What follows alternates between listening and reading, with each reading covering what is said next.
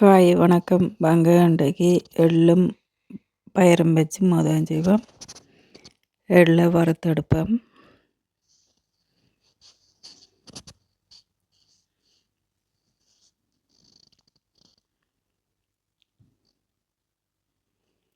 எள்ளு வறுபட்டதும் வறுத்த பயரை அவியப்படுவோம்.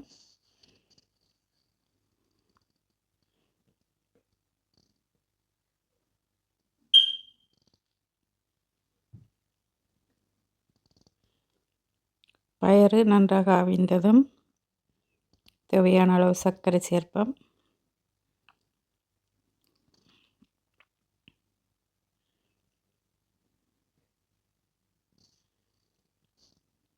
சர்க்கரை கரைந்ததும்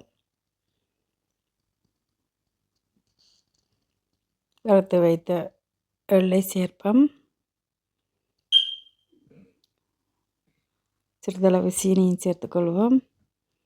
ஏலக்காய் பவுடர் சேர்த்துக்கொள்வோம். தயாராக்கி வைப்போம். அரிசிமா அவித்த கோதுமைமா உப்பு கலந்து சுடுநீரில் மாவை குழைத்தெடுப்போம்.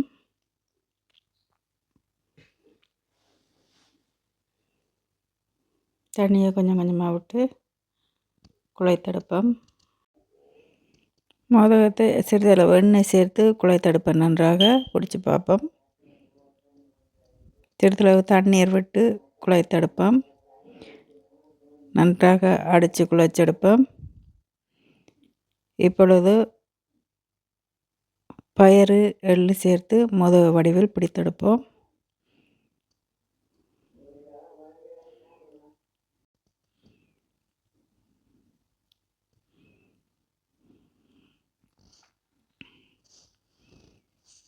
விருப்பமான வடிவில் பிடித்தெடுப்போம்.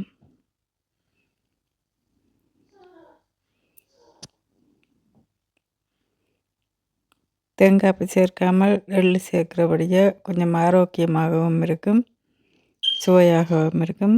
அடுப்பில் சட்டி வைத்து எண்ணெயை சூடேற விட்டு அதில் பிடித்து வைத்த மோதகத்தை பொரித்தெடுப்போம். அவிக்கிற மோதகம் விட பொரிக்கிற மோதகம் சுவை கூட.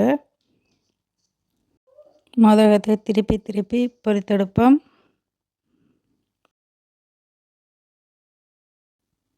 முழுவதையும் பொரித்தெடுப்போம். இப்பொழுது எல்லாம் பொரித்து முடிந்தது. மோதகம் நன்றாக சுவையாக இருக்கும். செய்து பாருங்கள். நன்றி, வணக்கம். மீண்டும் சந்திப்போம். பாய் பாய்.